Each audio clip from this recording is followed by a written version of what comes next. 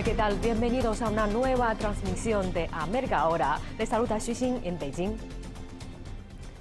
En nuestro programa de hoy nos trasladaremos a Argentina en primer lugar para examinar la escena teatral bonaerense, una de las más boyantes del mundo.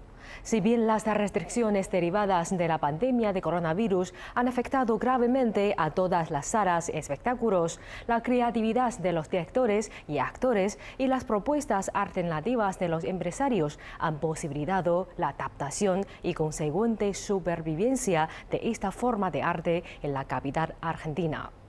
En segundo lugar, tendremos la oportunidad de escuchar las reflexiones sobre los premios Nobel por parte del expresidente de Colombia, Juan Manuel Santos, uno de los 16 latinoamericanos que han recibido tan prestigioso galardón.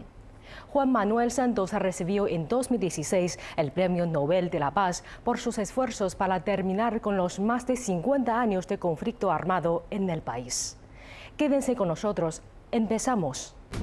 Los teatros en Argentina se recuperan paulatinamente en medio de la pandemia de COVID-19. El Premio Nobel, una distinción que supone un compromiso para los 16 latinoamericanos que lo han conseguido. Con más de 300 teatros entre el círculo comercial e independiente, Buenos Aires es una de las ciudades con más teatros en el mundo. La actividad tiene tantos años como la ciudad, de la que surgieron los principales maestros y dramaturgos que crearon escuelas y montaron salas de todas las escalas. Grandes teatros centrados principalmente en la Avenida Corrientes y también salas modestas en centros culturales, sótanos y hasta dentro de fábricas. La pandemia de coronavirus y las restricciones impuestas para evitar el desborde sanitario provocaron que durante meses el teatro no pudiera funcionar. Con el correr del tiempo, la creatividad se hizo lugar mediante propuestas alternativas por vía streaming y el teatro recuperó cuerpo, manteniendo los protocolos de cuidado y distanciamiento social. El actor, director y gestor cultural Marcelo Melingo y el empresario teatral Carlos Rothenberg relataron cómo sobrevivió el teatro durante el último año y reflexionaron sobre los desafíos del futuro. El teatro es uno de los pilares de la cultura porteña y uno de sus principales rasgos identitarios. La pandemia del coronavirus puso en jaque el funcionamiento de los teatros que, como muchas otras actividades, tuvo que reinventarse. El actor, director y gestor cultural Marcelo Melingo y el empresario teatral Carlos Rothenberg cuentan cómo sobrevivió el teatro durante el último año. Mi nombre es Marcelo Melingo, soy actor, trabajé bastante en televisión, en cine y en teatro también. Últimamente empecé a dirigir y también hago una gestión cultural en salas de teatro. Soy Carlos Rothenberg, empresario teatral hace 46 años, poniéndole foco fundamentalmente a lo que tiene que ver con la preservación, el cuidado, el mantenimiento de los edificios teatrales, que los considero patrimonio de cualquier comunidad y en el caso de Argentina, con mucho predicamento. El teatro en la ciudad porteña, en Buenos Aires, sobre todo en la ciudad, yo creo que es un estandarte de lo que es la cultura argentina. Más que nada, acá en Buenos Aires siempre ha habido sótanos, lugares que generalmente los maestros de teatro llaman sótanos y cuevas o reductos, en donde las cosas más interesantes y las palabras que se tenían que decir y llevarlas al cuerpo para generar una obra y atraer quizás no más de 30, 50, 60 personas, fueron los íconos de los hilos de lo que el teatro acá en Buenos Aires siempre ha generado comentarios, revuelos, y que los mismos estudiantes de teatro hayan ido a estudiar con maestros de la talla de los que tenemos nosotros, están reconocidos en casi toda Latinoamérica como muy importantes, no solo maestros del teatro, sino dramaturgos también. Me parece que lo fundamental es entender que tenemos un camino hecho de teatro muy importante en Argentina y sobre todo en Buenos Aires, y que también es una ciudad donde invita al espectáculo, y por supuesto no lo estoy descalificando, pero digo que es momento, creo yo, con todo esto que acaba de suceder el último año, que podamos diferenciar cuando asistimos a una obra, a una propuesta teatral, a una dramaturgia, a algo que nos toca y que nos compromete al sentarnos a verlo. Y otra cosa es ir a un espectáculo a entretenerse y a pasar un buen rato identificándose sin hacerse muchas preguntas. Bueno, el 20 de marzo, creo que fue el 20 de marzo del 2020, nosotros estábamos programando 9 obras de teatro en las salas Caras y Caretas, que es de donde venimos haciendo una gestión cultural hace más de 3 años. Y bueno, eran 9 obras de teatro. Habíamos estado todo el 2019, por suerte, llenando esta sala con público y teniendo localidades agotadas en casi todos los fines de semana en alguna de las 4 funciones que teníamos. Cuando nos enteramos de esta situación, que parecía que estábamos lejos porque sucedía en Asia, luego en Europa y acá no llegaba, pero como decía, el 20 de marzo se dio el toque de queda, ¿no? La cuarentena total, restricción de todo tipo de movimientos fuera de la casa de cada uno, y eso echaba por agua todos los proyectos, toda la economía que uno tenía proyectada para ese año. El teatro desapareció. No podíamos digerir la situación de pensar que no hubiese teatro. Y la verdad es que los primeros 15 días, 20, un mes y medio, a los 2 meses de estar uno encerrado en su casa, creyó realmente que el teatro no iba a volver más. Y la tragedia del no teatro, o sea, por primera vez no podía representarse la tragedia. Bueno, fue realmente, recordar esto en este momento realmente conmociona, porque la sensación que teníamos era de teníamos que hacer algo, no podíamos resignarnos a no expresar, a no decir lo que nos estaba pasando en 60 días ya de ver cosas que todo el mundo, nadie salía de su asombro, pero ¿qué hacíamos culturalmente con eso? Y ahí también hubo un paradigma acerca de que había muchas cosas que eran esenciales, como la salud o los alimentos. La cultura también. Sin cultura no hubiésemos podido pasar este tramo de estar presos del cuerpo. Sin contactos, sin cariño, sin conocer nuevas personas de manera presencial, en donde uno vibra con el otro, la presencialidad del otro. Me acuerdo que en esas épocas, un año atrás, yo grabé un audio para los colegas de los teatros de la Ciudad de Buenos Aires, dando una perspectiva y una vivencia de lo que estaba ocurriendo y qué nos iba a pasar durante el año. Lo hice en forma privada, sin imaginarme que eso se iba a viralizar.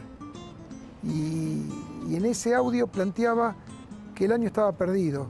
El año teatral en Argentina tiene su punto fuerte, los 6 meses fuertes son los que van de abril a septiembre. Por lo tanto, la pandemia impactaba directamente en el semestre que mueve el 80% de la cantidad de espectadores al teatro y la música que tiene el país.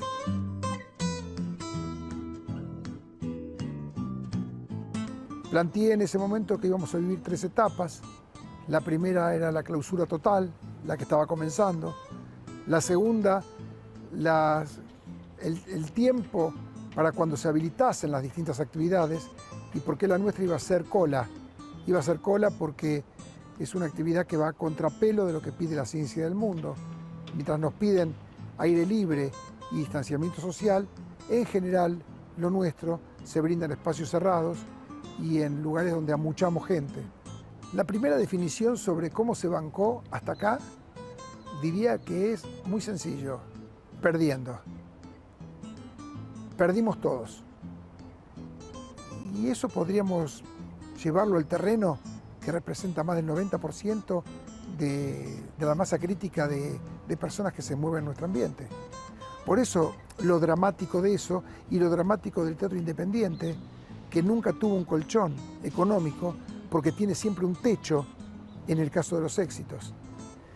Entonces, poder mirar el cuadro general de cómo impacta la pandemia en nuestra actividad, no, por lo menos para mí, que llevo tantos años en lo mismo, no me resulta muy complicado porque se sabía de antemano cómo iba a impactar y a quiénes iba a impactar más. Por eso me parece que, me acuerdo que incluso cuando hicimos la temporada última de verano en Mar del Plata, me pidieron que la defina y yo dije que era una temporada solidaria, donde me parece que si llegamos hasta acá y pasó un año, tuvo mucho que ver con los distintos granos de arena que se pusieron para poder llegar a este punto. Y falta, el problema es que falta. Todo estaba propuesto por las cámaras de una camarita de una pantalla y un micrófono. Entonces para nosotros, para estos lados sures del globo, estábamos muy atrasados con esta cuestión de comunicarnos directamente y de manera que hoy todavía gente que no sale de su casa y hace todo desde una pantalla. Esto antes del 2020 para nosotros no era común. Todos los directores, maestros, dramaturgos, teatreros que pude conectar en esa incertidumbre que había cerca del mes de abril, mayo, todos eran muy negativos, la verdad. Todas las opiniones estaban abatidas por esto de saber que ya eran 15 días y nunca aparecía el corte final de decir, bueno, pudimos aislar al virus, podemos esto, podemos lo otro. Incluso filmar en lugares tampoco se podía porque no podía juntar gente y la gente que se necesitaba para maquillaje, para una luz, para un micrófono, tampoco podía asistir. Entonces no se podía hacer nada. Y bueno, decidimos con el maestro Cartoon lanzar un concurso acá desde el teatro, con el equipo de producción, con el cual también todo el tiempo estuvimos conectados. Acá somos 4 o 5 en una mesa de producción, que en ese momento era por Zoom, pero decidíamos qué hacer a medida que el teatro no estaba apareciendo y lanzamos un concurso de dramaturgia donde se pudieran escribir en una carilla un micromonólogo de 5 minutos. Ese micromonólogo lo iba a leer Cartoon para, entre todos los que mandaran, se seleccionara a los mejores. La idea también era que estén un poco apuntados al humor, ya sea negro o humor del que pudiese salir en ese momento para poder ver lo que la gente estaba viviendo. Bueno, mandaron 2.500 micromonólogos. Mauricio Cartoon los leyó durante 4 meses de cuarentena encerrado en una casa en el bosque y ahí se leyó 50 micromonólogos por día. Así que así fue, se los leyó todos, eligió algunos, pocos más de 10, habrá elegido 30 y luego con todo el equipo de producción de acá al teatro elegimos 10 y ya ahí fue cerca de agosto en donde se empezaba ya a encontrar la vacuna en el otro lugar del mundo, empezaba ya también a entender que cuidándonos podíamos salir de alguna u otra manera y que eso, con cuidados y con distancia y con protocolos, se podía empezar a filmar. Entonces decidimos que esos micromonólogos que son para el escenario se puedan filmar en vez de que acuda al público. Y como eran monólogos, no había roce entre actores. Entonces empezar con el protocolo a poder lograr las cosas que el teatro ya estaba necesitando salir y mostrarse y recobrar la actividad. El tema del streaming tuvo en los primeros meses una explosión, como si fuese un descubrimiento. En realidad el streaming existe en el mundo desde siempre. ¿El siempre qué quiere decir? En Argentina existió un actor, Darío Vittori, que hacía teatro como en el teatro por televisión en el año 60. Eso era streaming. En lugar de hacerlo en una pantallita chiquita de computadora o de teléfono, lo hacía por la pantalla más grande que era del televisor, pero era teatro audiovisual. La irrupción sirvió a los efectos de mucha gente que también, además de lo económico, vio canalizada su inquietud artística. También es una manera, no nos olvidemos que nosotros no trabajamos con mercadería. Nuestra materia prima son seres humanos. Entonces, además de lo económico, también existe la necesidad de comunicar el arte de cada uno. Si uno lo lleva al terreno de los números, era mejor tener cerrados los teatros que abiertos. De eso no hay duda, porque hay un montón de costos que se incrementan y no en la proporción del público que concurre. Pero también dije desde el principio que abrir era la mejor manera de hipotecar en menos el futuro. Hay una cosa que dijo, una frase, un concepto que dijo el ministro de Salud de Ciudad, Fernán Quirós, cuando tuvimos alguna de las reuniones, y dijo: trabajemos en el protocolo. Nadie puede garantizar en el mundo que alguien no se contagie, pero todos podemos garantizar trabajar para minimizar el riesgo. Y me parece que lo que hicimos fue eso, fue minimizar el riesgo. Y eso es lo que, a meses de haber arrancado, nos hace sentir bien. En septiembre fue cuando empezaron a permitir que se podía filmar teatro, streaming. Y en ese escenario empezamos a probar de qué pasaría si empieza a venir un actor, poder poner las cámaras. Sabíamos que eso no era teatro. No sabíamos qué iba a pasar porque lo que teníamos como conocido es cuando alguna vez hace muchos años se hacía teatro filmado, pero el teatro filmado siempre tuvo público. Entonces había un ida y vuelta del cual el que lo viese mediante un audiovisual no podría asistir a un evento teatral. Asistía a una actuación que no era cine, que no era televisión, sino que era un teatro filmado sin público. Los monólogos los hicimos adrede, de no tener escenografía, de no tener absolutamente nada, ni siquiera elementos. Había un solo elemento por actor y todo negro, y el actor con su vestuario. Funcionó muy bien. Obviamente fueron actrices y actores de mucha trayectoria, de mucho, se dice talento, pero de mucho trabajo desde que se dedican a esto.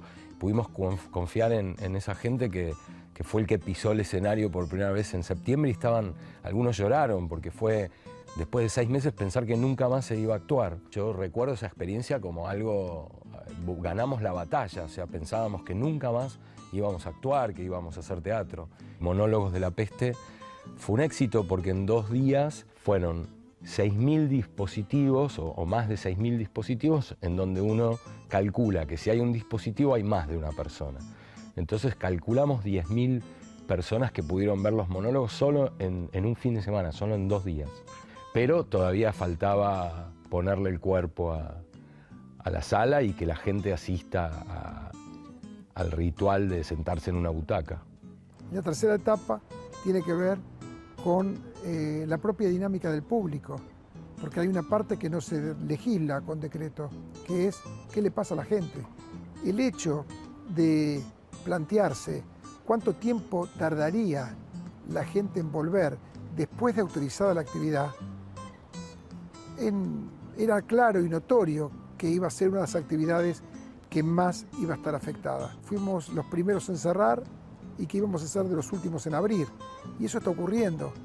Pero además estamos abriendo casi, acá en Argentina manejamos algunas consignas, en todos los casos perdidoso, entre otras cosas porque hay un aforo.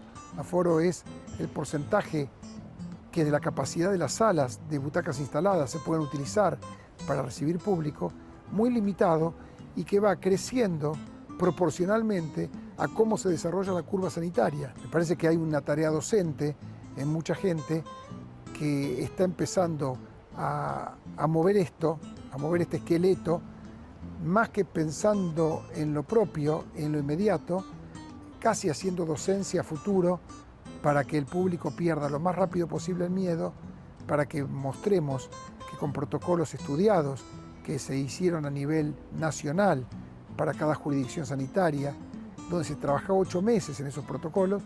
Ir al teatro, ir a escuchar música es un lugar seguro, son lugares seguros, son lugares que tienen realmente muchos cuidados. Yo trabajo adentro de los teatros y tardé 8 meses en entrar porque quería tener el checklist del avión puesto al servicio del teatro, y una vez que eso ocurrió hace ya más de 4 meses, está funcionando.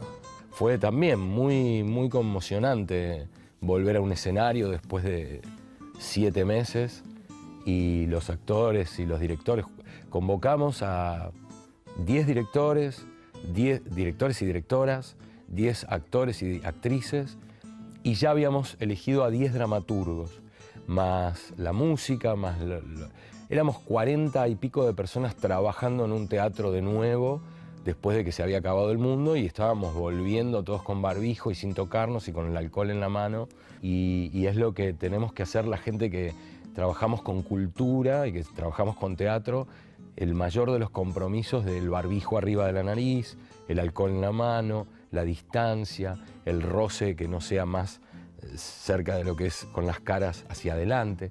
Todos protocolos que se fueron dando y que seguimos avanzando por suerte, aunque también el virus sigue avanzando, pero le damos batalla desde el teatro, y los espectadores que asisten al teatro saben que es un ritual importantísimo y de máximo cuidado, pero acá seguimos hoy agotando con el afore que tenemos de la capacidad del 50% para que 2 butacas a la redonda estén disponibles para el cuidado. Hasta que esto no baje a niveles muy insignificantes, vamos a tener que acostumbrarnos a la distancia, al cuidado y al cuidado del otro, porque yo veo gente que no usa barbijo, ya por la calle o donde sea, y no es que yo tengo que tener barbijo para que no me pase nada, es la otra persona que, si no tiene barbijo, atenta contra mí, que tengo la vista al aire, porque ni siquiera es la nariz y la boca, también es la vista. Entonces, ir aprendiendo cada día más es lo que el teatro necesita para implementar, comprometerse y culturalmente llevarlo, mediante la gente también disfruta del teatro en sus historias, en la dramaturgia. Al mismo tiempo, culturalmente está sucediendo algo debajo del escenario también. Los premios Nobel se consideran uno de los mayores reconocimientos del mundo, pero en sus 100 años de historia, solo 16 latinoamericanos lo han conseguido. Hemos conversado con el expresidente de Colombia, Juan Manuel Santos, el último galardonado de la región, quien ha reflexionado sobre la importancia de recibir este importante premio. García Márquez.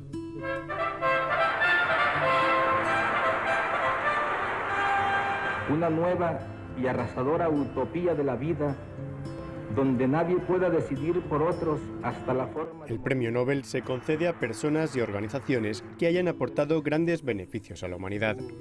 Quienes lo reciben han conseguido logros sobresalientes en una de estas 6 categorías: física, química, medicina, literatura, economía y esfuerzos por la paz. Desde que el químico sueco Alfred Nobel dictaminó que su patrimonio se usaría para otorgar estos premios hace 100 años, el Nobel se ha concedido a más de 900 laureados. No, never. I never imagined No, nunca lo imaginé. Para mí fue una sorpresa completamente, incluso después de todos los esfuerzos que hice para llevar la paz a mi país. El expresidente de Colombia, Juan Manuel Santos, es uno de los galardonados.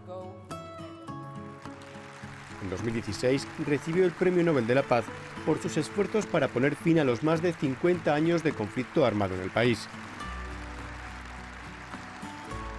El enfrentamiento con las FARC dejó cerca de 8 millones de víctimas. I am stubborn, and you need to persevere. Soy tosudo y hay que perseverar. Conseguir la paz es más difícil que hacer la guerra. Tuve la oportunidad de luchar como ministro de Defensa y tuve bastante éxito, pero lograr la paz requiere más esfuerzos. Necesitas un tipo diferente de liderazgo en lugar de dar órdenes para persuadir. También tienes que tener paciencia y perseverancia. Al recibir el Nobel de la Paz, Santos se unió a otros premiados latinoamericanos, como la guatemalteca Rigoberta Menchú en 1992, por su defensa de los derechos de los indígenas y la reconciliación etnocultural. tristemente vemos... Y el presidente de Costa Rica, Óscar Arias Sánchez, por su plan de paz para Centroamérica en 1987. El premio Nobel es una cosa que le sucedió a Colombia. También con premios Nobel de Literatura, como el escritor colombiano Gabriel García Márquez, que lo ganó en 1982, el poeta mexicano Octavio Paz en 1990 y el peruano Mario Vargas Llosa en 2010. Latinoamérica tiene 16 premios Nobel en sus 100 años de historia. La mayoría son en paz y literatura, pero solo 4 lo han conseguido por logros en la ciencia.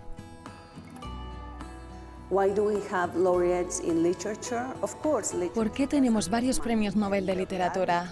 La literatura no cuesta dinero y la realidad que vivimos da la suficiente inspiración a nuestros escritores para escribir obras excelentes que no requieren mucha inversión.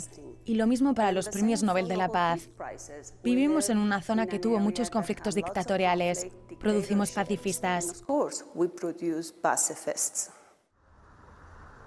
Si la inversión es un indicativo, América Latina podría estar lejos de conseguir muchos más premios Nobel en ciencia. En los últimos 5 años, los países de la región han registrado una caída de la inversión en ciencia e innovación. En 2017, Colombia redujo su presupuesto para ciencia, tecnología e innovación un 41%, una decisión que fue recibida con protestas. Incluso en Argentina, un país con 2 premios Nobel en medicina, se ha producido un descenso constante de los presupuestos para ciencia. La depreciación de su divisa no ha ayudado, ya que los suministros y los fondos de investigación están ligados al valor del dólar. No vamos a salir de estos sistemas de pobreza, de estos subdesarrollos, de estos países con recursos limitados que no logran crecer si no hay una inversión fuerte en ciencia. Con los estragos que está causando la COVID-19 en las economías latinoamericanas, se teme que la educación sufra aún más que en los últimos años. En lo fundamental... México ha anunciado un recorte presupuestario del 75% en algunas instituciones federales por la pandemia. Los recortes han afectado al Centro para la Investigación y Estudios Avanzados. Una crisis para un país en el que nació el Nobel de Química María José Molina Pasquel Enríquez, recientemente fallecido y que jugó un papel crucial en el descubrimiento del agujero de ozono antártico. En Colombia, la analista política Laura Gil considera que los gobiernos locales fallan al no priorizar la educación y la ciencia. Con respecto a los premios Nobel, cree que tienen poca repercusión en la realidad del país.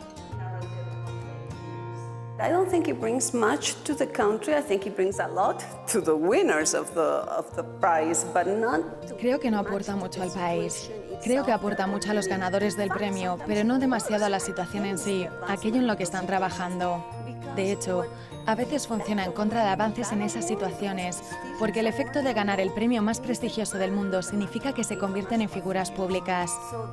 Así que su agenda se internacionaliza inmediatamente en cuanto reciben la medalla. El problema es si los perdemos para sus propias causas, si olvidan sus asuntos. Creo que en un número de casos sí. The problem is, do we lose them for their own causes? Do they forget their own issues? And I would say that in a number of cases, yes. Con controversia o aplaudidos, con éxito o no, los premios Nobel tratan de conseguir que quienes logran cambios se conviertan en el centro de atención. Es como si se pudiese crear un paralelismo con el creador de estos premios, Alfred Nobel. Con sus experimentos en química logró 355 patentes, incluida la dinamita y otros explosivos. Con su dinero buscó dejar un legado que desarrolla sus intereses, no solo en ciencia, sino también en cuestiones sociales y de literatura. De concordia, justicia. Juan Manuel Santos señala que es consciente de la responsabilidad que supone tener un premio Nobel y lo que significa para mostrar ejemplos y fijar estándares para futuras generaciones.